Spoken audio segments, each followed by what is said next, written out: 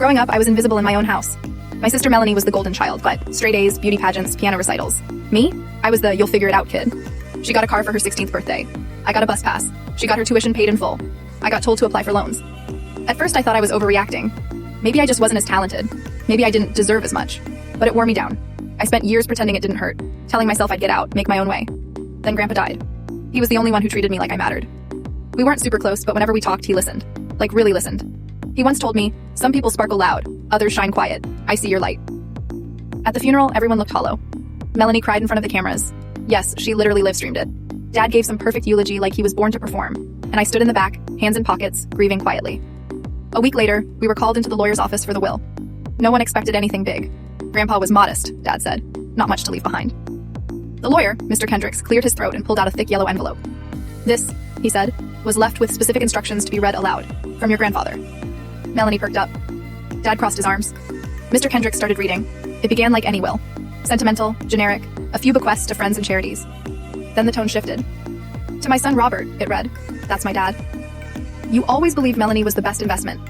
You said it outright once. She'll go far, he'll stay stuck. You made your choice. So I made mine." My dad stiffened. "To Melanie," it continued, "I leave $5,000, enough for another handbag or a vacation. Enjoy."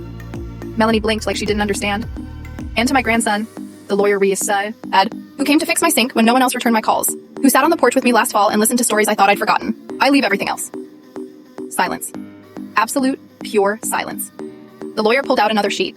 A breakdown, a paid-off cabin in Oregon, a bank account with over $160,000, and stocks Grandpa had quietly grown over 20 years. All mine. Melanie actually laughed. That awkward, twitchy kind of laugh when someone's losing their grip. Dad started demanding explanations, said it was a mistake, that he should contest it. The lawyer calmly explained it had been signed, notarized, witnessed, and locked in the safe 3 months before Grandpa passed. I didn't say a word, just stared at the table while my hands shook. Grandpa had seen me, really seen me.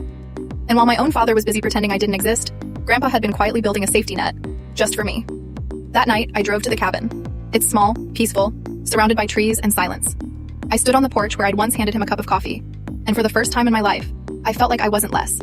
I wasn't a backup plan or an afterthought. I was someone worth choosing. And even though he's gone, he gave me the one thing my dad never did. Not money, not land, but proof that I mattered.